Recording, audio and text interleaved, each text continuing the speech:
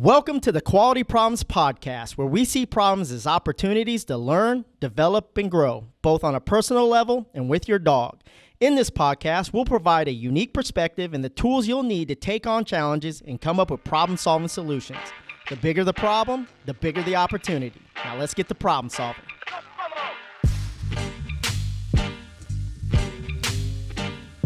All right, guys, so we're back now.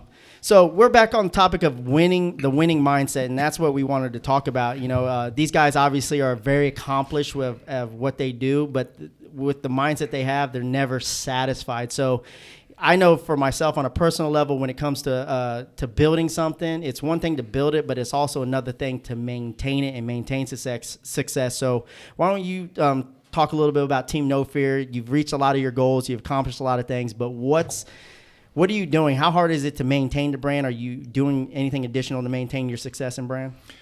Well, like I said, when we first began, we were just wanting to showcase the breed and do good works with them. But since then, we're not only Team No Fear working American Football Terrier. We've had Dutch Shepherds and Malinois and American we Hairless got an Terriers. American Hairless Terrier. So really, with maintaining the brand, when we started, we did a lot, and there were no real goals except to have fun and win, I guess, and enjoy the dogs. And as one record gets eclipsed or you set a bar, that's where the tricky part comes in, because you have reached a point and now people expect nothing but greatness. Yeah. So that's the double-edged sword. Mm-hmm. For a person with my mentality, I welcome that. Yeah. Because like right now, okay, OC is 8. Yes. He's at roughly 100 titles. He's accomplished a lot of things where he was the first to do it. Yeah. And we just this morning while we're sitting here, have been selected to be on a television show. Sure. Talk a little bit about that. Or can you? I don't want to. If you can't, it's okay. Basically, what I was told by the casting group is that they're building it or billing it to be the equivalent of American Ninja Warrior, but with your dog. Gotcha. But point being, OC will be 8 in August, sure. And he's retired from some things at this point. But when they call, when the bell rings, you gotta Seize come. the moment, yeah. Right? Yeah. You've got to come, but maintaining the level is, again, the tricky part, because many people, they set a goal, they make it, and then they're lost. Sure. With me, my mindset is, okay, what can I do? I'm hungry. I want to go for new things, and that's really the future of the team. The next big things I see for us will be working generations. We'll be working offspring of our multi-titled, multifaceted dogs. And so that will be a whole different test. For example, can I take a son of my national champion weight pull dog or iron dog national champion and win a national champion with that dog? Sure. I'm going to personally be branching out. A lot of people, when you compete in multiple things, I always get from the protection people, oh, you need to do more protection, you need to do this. The obedience people, oh, you should do more obedience. The agility people, oh, do more, Yeah. But, next time around there will be more protection, and I'm going to compete on a high level. That's because I will have a team, no pun intended, around me to be able to do that type of work, because you can't. This guy Derek couldn't earn a level 3 sitting out there by himself with one person. You've got to have that. There's some other things that I want to do with more, and this isn't necessarily team related, but just on a personal level, I want to do more search and rescue work. Gotcha. I do a lot of service dogs myself. That brings me great pleasure, because some of the kids that I'm able to help. In fact, I've got a couple clients up in the Dallas area.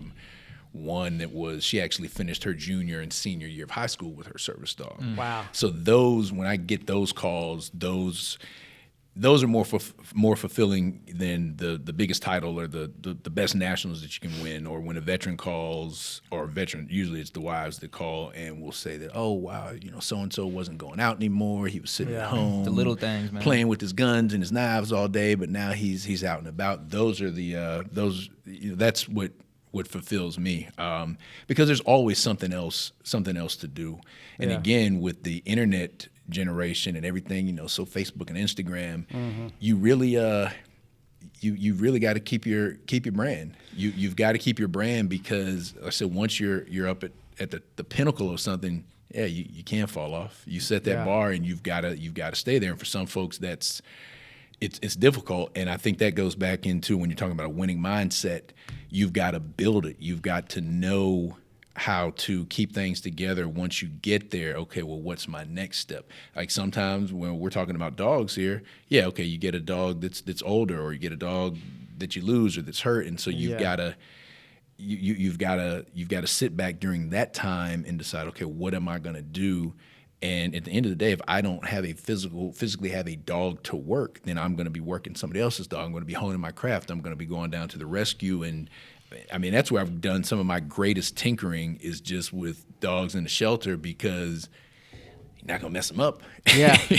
And I can take my clicker and my treats and do all kind of, funky stuff all day long. Sure. And I'm making new things happen, and those are things that, okay, well, here's the test subject. Now I'm going to take this back and I'm going to implement it into my program. So that winning mindset, you've got to. It's just a matter of staying focused and staying hungry, and knowing, because sometimes you need a rest. Yeah. But it's almost like I guess it's like when you go to the gym and you've got a active rest or a passive rest, and okay, so if I knock out a set of 10. 315 on the bench, a set of 10, I'm going to want more of a passive rest. May get on the bike and just stay on the bike for a minute. It's the same thing with the dog. You're at this high level, and you're competing, and you're winning, and you're traveling. People forget about the miles that you put on your body, just your lack of sleep. You're going all over the country. The work ethic. What Derek mentioned the other day, I remember that was a year that I started off in Houston. I drove to Dewey or Tulsa for a nationals. Then I drove from there all the way out to Riverside, all the way out to California, and then back. Like that's a lot. It's mental fatigue, physical, and it speaks volumes to speaks volumes about the dogs, because the fact that you can drive for 24 hours, 25 hours with a dog sitting in a crate and pull that dog out and get a first place or a high in trial. Like I don't want to hear any excuses from somebody. Oh well, somebody who's 15 minutes away. Well, last night, Pookie Fido had a bad night. Yeah, I just drove 25 hours. Yeah, no excuses, and that's part of what the acronym for Team No Fear is. It makes sense. And then you live it and you lead by example. Sure. So it's not like you're just preaching it. No, you've got to get out there, out there and do it, and especially with the internet, because Derek was speaking about the videos earlier. These guys, they want content all the time. Yeah. Now, you have some people who want content because they really like to see, OC is a takedown artist. You see all the videos with him slamming decoys and knocking out decoys. But you have some people who follow your content because they actually want to see the dog and the beauty and the strength and the power. Sure. And then you have, I think, some people who, all right, well, can I see how you train him to do da-da-da-da-da-da? And now when you do your entries, do you do more of a KMPV style, things like that? And so they're going to actually try to pick up things. But the point is, you're only as good as the last thing that you did. Yeah. And it's almost we talk about it all the time. It's just getting comfortable with constantly being uncomfortable. Like, I mean, it's at the point now where I'll wake up. I was waking up at 5:30. Now I'm waking up at 4:30 so I can fit my day in. I mean, you're going to an event and you're still grinding. You're coming up here, marketing, building your brand, impacting people's life through sharing your experience. And that's this time in 7 hours. It's showtime. It's game time. Like I probably won't check in the hotel. We're gonna go right there. And that was from me coming from South Carolina. So it's a lot. But again, if you've got that. You've got the drive. It's almost like the dogs. If you've got the drive, you've got the dedication. You've got that will to push on. It's worth it. Yeah, he's up in the middle of the night. He'll text me at 12 o'clock at night how he's talking to people internationally. And he comes in early sometimes and he's talking to clients. I mean, we'll be on 4 or 5 hours of sleep. He's got what it takes. He'll be a successful guy. Is he on webcam or what? Internationally. Just never satisfied, Well, man. what about you, Derek? I mean, you're never satisfied. I mean, you Never. you accomplished your PSA3, and you're still grinding. You got clients on the way up here now. You're constantly grinding. I think that's why we get along so well, because Yes. we can respect each other's grind. But Same mindset. talk to us. So, to touch on getting to the top and staying at the top, it's not as easy as some people may think it seems. Yeah. Me and Casino was a journey getting to that level 3. Am I satisfied? No, because I want to take his son, surpass what Casino accomplished, and then take Classic's son Yeah. and surpass him and his grandfather. Every generation should Constantly, be a little better. constantly winning, constantly evolving, So, man. so I take pride in taking my dog, his offspring, and His offspring's competing, offspring. competing, because all that's going to do is continue to excel my business, my brand, and my training technique. Because your brand is execution. Executing. Absolutely. People think it's the actual dog is the product, but the product is being able to execute. Yeah, like for example, I had Casino. All right, he had a puppy named Clone. Yeah. Right, I sold that dog for $15,000 at 6 months. Then I had another litter. I had what was his goddamn name? Clinch. Oh yeah. I sold him for $13,500. Yeah. I think he was 5 months old. Yeah. Right? Now I have Classic. I was offered $15,000 for Classic, and he was only 15 weeks old at the time. I'm not selling him. You can't. You can't afford to, No. because the long term Yeah. is. Now I have the luxury of having the ability to have my own program, so I can select dogs here and there. So I can say, okay, I'm done with you. I'll try this one out. Right. So if he showed me a slight flaw, I have the ability to say, I don't want to deal with that flaw. Sure. I'll go with another dog. But with this dog here, is he perfect? No. He showed me flaws, but I told myself, hey, I'm going to stick it out with you. Let's see how far we can go together. And I'm going to do the same thing with the next dog. All right. Well, I definitely want to take advantage before we close out. I want to challenge both of you guys. I want you guys to ask each other one question that you want to learn, that you would ask each other to learn something that would be a valuable tip to one another. So you want to go first? One thing that I love is the weight pulling. I've seen Clay compete at this weight pulling stuff. How on God's earth do you get that dog?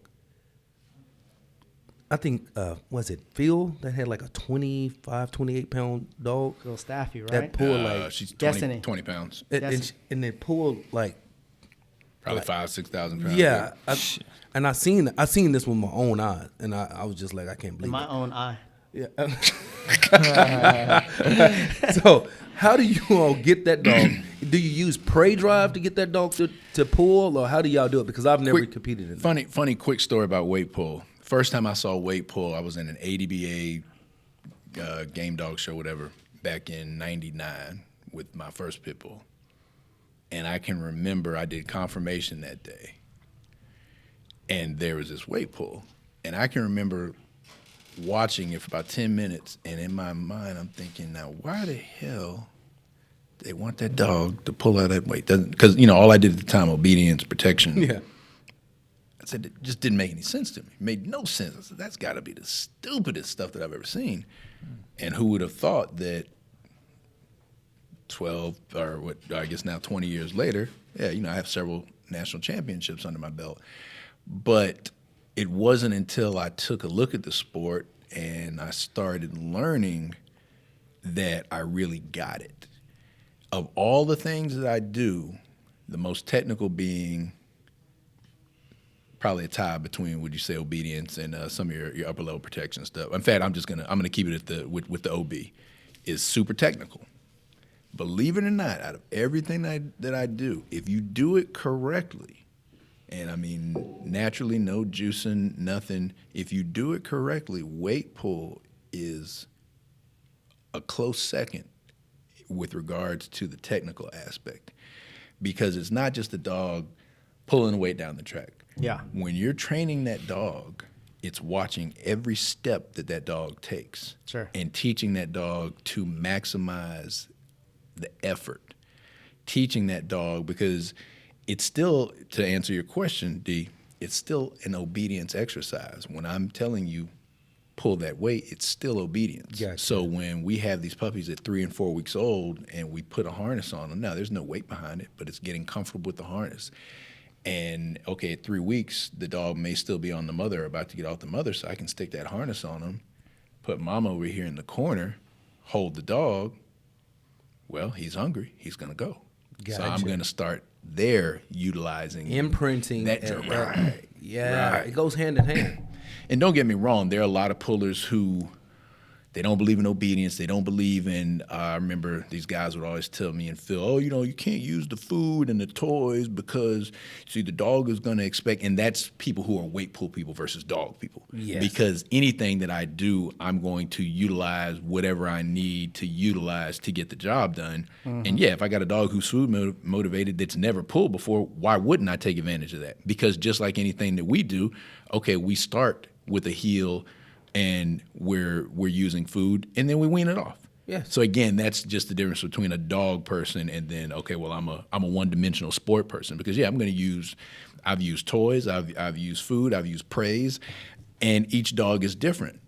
Like OC, when I started him with weight pull, it was simply him wanting to get back to me because he was so connected. And you see that when you're looking at those old healing videos, and it's boom, he's right here, he's not going anywhere. It was the same thing with the weight pull.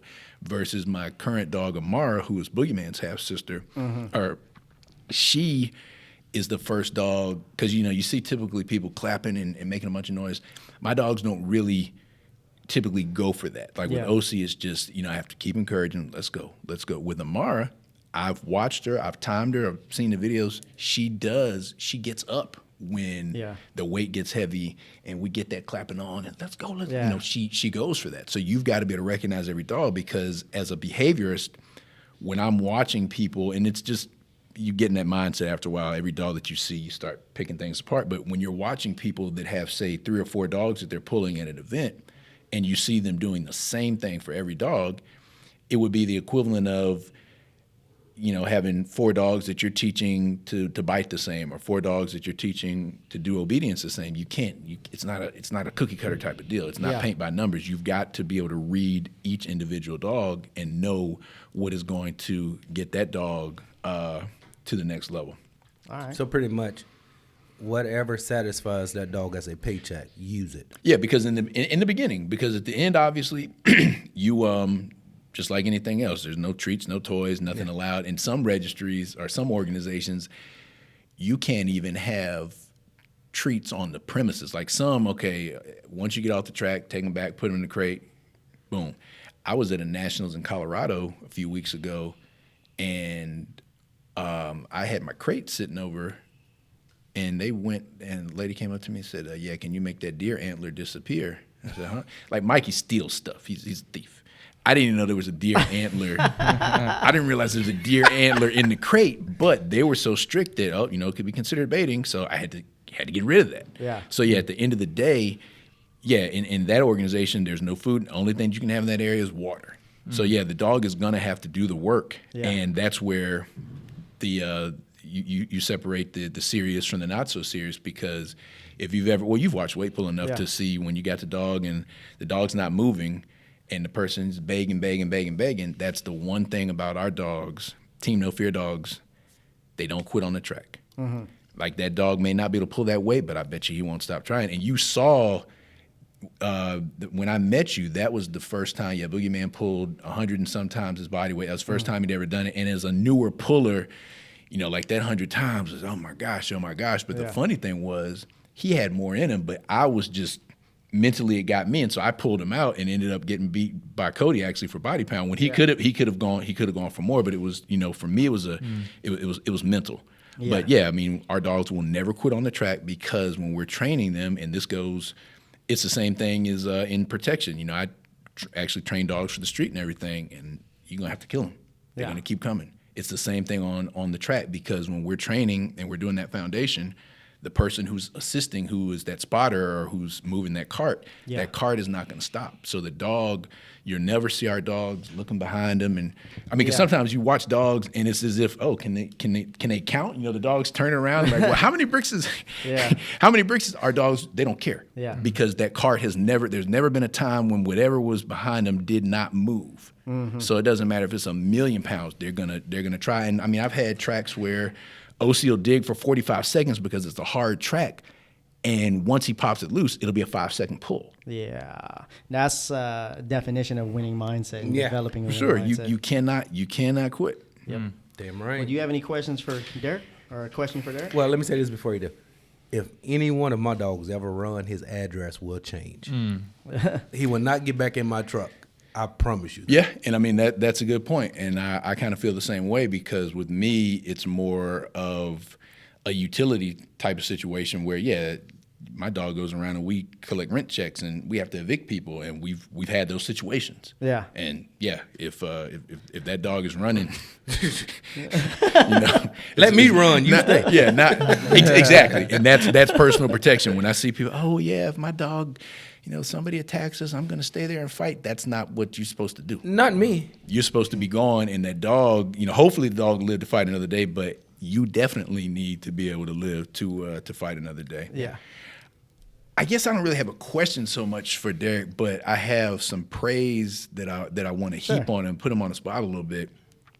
I remember you certified back in 2012, right? Somewhere around there. Early 2012, and there were a group of decoys, and they all certified at the same time. And out of that group, one put a PDC on a dog. The others never put certs, titles, or anything. And for him to come and earn that PSA 3 is a testament to his work, because here's the thing, and it's not required, but you got to think about it. Okay, if you're a decoy in a sport, or if you're a judge in a sport, even if you're a steward in the sport, why wouldn't you have put a title on your dog as opposed to just, okay, I'm going to step in a bite suit and run down the field catching dogs? And that, to me, it spoke volumes because, yeah, I mean, you're talking about 7 years ago, and that whole class of guys, and yeah, he is definitely at the pinnacle of that group. There's nobody, there was no way when I met him that I would have said, okay, this guy's I didn't know what his goals were or anything, but he set that goal, and boom, he's here. So like you said, now his next goal is to take the next generation. Yes. And to duplicate it, just like my goals are, okay, I want to put 100 titles on the next dog, or I want to be the first person to have a dog who's off a dog that has done X, Y, Z. So that's that hunger again. That's that winning mentality. And like I said, you may have to take a little break. You may have to take a little break here and there, but you're constantly learning, whether it's with client dogs or shelter dogs, or whatever it is in life. You can, because you don't want to burn out. And that's what I think those of us who really know how to manage it, and with me, it's been, whether it's been competing in sports all my life or, just being competitive. I mean, academics, you're right on the edge. Yeah. You're right on the edge, and you can't, if you go over into that abyss, but then again, if you're not right there at the edge, you're not at your very, very best. Yeah, you got to push. And that's what gets you to that point where people start asking, are you coming to such and such competition? Like, it was a point where, I guess 2013, 14, I was doing a circuit all around the country where I stopped talking. Yeah. Somebody, are you coming? Nope. And I would just pop up. I'd be in Georgia one weekend, California the next weekend, and just, it's what we do. And you always, you don't run from competition, because, you have some people, well, who's coming? I don't care. Yeah. I just drove out to Colorado 3 weeks ago. What was that, about, like 17, 18 hours. Well, who's coming? I don't know. Yeah. All I know is I got to compete. Yeah. And, dog won, took a national champion. Well, how many dogs in the class? I was like 12, 13. Well, who was there? I don't know. I didn't pay attention. Yeah. I just know what I had to do with my dog. Yeah. To come out of there. So that's my praise for my guy there. Well, I truly appreciate it. Hey, I'm happy you kept talking so I can talk. Hey, had to fight back some tears because a lot of people don't understand the hours it take to get to where my dog took me. I didn't take him; he took me there. So it took a lot of hours and time away from my kids. Yeah, kids, family, all that goes down the down the toilet. And I mean that's what happens. There is sacrifice. There is sacrifice, but there's great reward. But you also you got that hangover period as well. Yeah, absolutely, man. It takes time away from my wife. I miss kid events. I miss things that my wife wanted me to do. I train in 2 clubs, 4 nights a week. Me and my dog had our ups and downs. He's had his injuries. He's had partial torn ACLs. He's had root canals. My dog has taken a beating to get where I wanted to go. Oh, yeah. And he took me there. So, man, if anybody gets involved in the sport and you don't have that goal set for you, I have absolutely nothing for you. Yeah. People in my club, I kick them out if they tell me they want to get a level 1 because I don't want to waste my time. I don't want to waste my decoys' time. And I don't want to embarrass the sport that I love so much and help me grow to the trainer that I am today. So if anybody's listening and you compete in protection sports, you compete in IGP, or if you compete in Money Ring, or if you do weight pulling, and you don't have a goal set for you, drop your leash, sell your damn dog, and be done with it. That's a good point. When I started with weight pull, it was, okay, my goal is to get first place. I want to take my class. Sure. But then after some of those first places, it was, okay, I got to get that trophy. I want to take percentage over all the other dogs. So you got to, you step it up. You don't just go there, oh, well, I want to win. No, I want to win the show. Yes. I want to win the show. It's not about, if I'm going to take the time. And, he made a good point, excellent point. When you're talking about protection sports, and this is whether I'm training dogs for cops, dogs for personal protection, it hits you when you're not thinking about it, but the beating mentally and physically that the dog takes. Yeah. Like if that doesn't touch you in some way, there's something. And I mean, I know world-class trainers who it doesn't, but to me, they're never going to have that complete relationship with the dog like I do, which is part of what makes the journey so special. But what it takes to get the dog there and what the dog has to go through and what the mistakes that the dog has to, your mistakes that the dog has to suffer for. Yeah. That's huge. And if you can't respect that, if you can't appreciate it, then you definitely don't need to be dealing with other living creatures, because he made a good point. His dog brought him there. Yeah. Right. His dog brought him there. He was surrounded by people in the beginning, much like myself, that, kind of wouldn't allow him to fail. And he was so hungry for that he kept learning and kept learning. Because, I remember back and forth, talking on the internet and just watching what he was doing. He was brand new in the sport. So if you can imagine, you're brand new in the sport, you get certified to be a decoy, and then, 4 years later, okay, you reach the top. So, that's a big deal. I mean, I remember when we started in weight pull, and guys would, because we would pull at this organization, which wasn't supposed to be as competitive as that organization. And I remember a guy making a comment, and we're friends now. In fact, Will Morton. Yeah, we're friends now. And I remember him making a comment one day. It's like, Team No Fear is not a weight pull crew. Yeah. And I remember taking a screenshot of that. Phil took a screenshot of that, and we said, watch. Yeah. And that was probably 17, I think, 18 combined national championships ago in all the organizations. So there's not an organization that we haven't won in. So proof of concept of a winning mindset, man. Yeah. So, man, I mean, as you can tell, man, this is really, really deep. The passion that these guys have for not just dogs, but training dogs, but evolving the sports. Everybody sees the fucking highlight reel, but, man, you don't see the grind outside of those videos. And that mindset, man, it takes a certain unique type of human being to be able to maintain that and continue to maintain that, because when you hit that level, you got to maintain that level and keep setting the bar higher. So, again, if you guys got anything out of, any gold out of this episode, if you could do us a solid, leave us a review, a rating, a 5-star rating, only if you got something out of it. We would greatly appreciate that.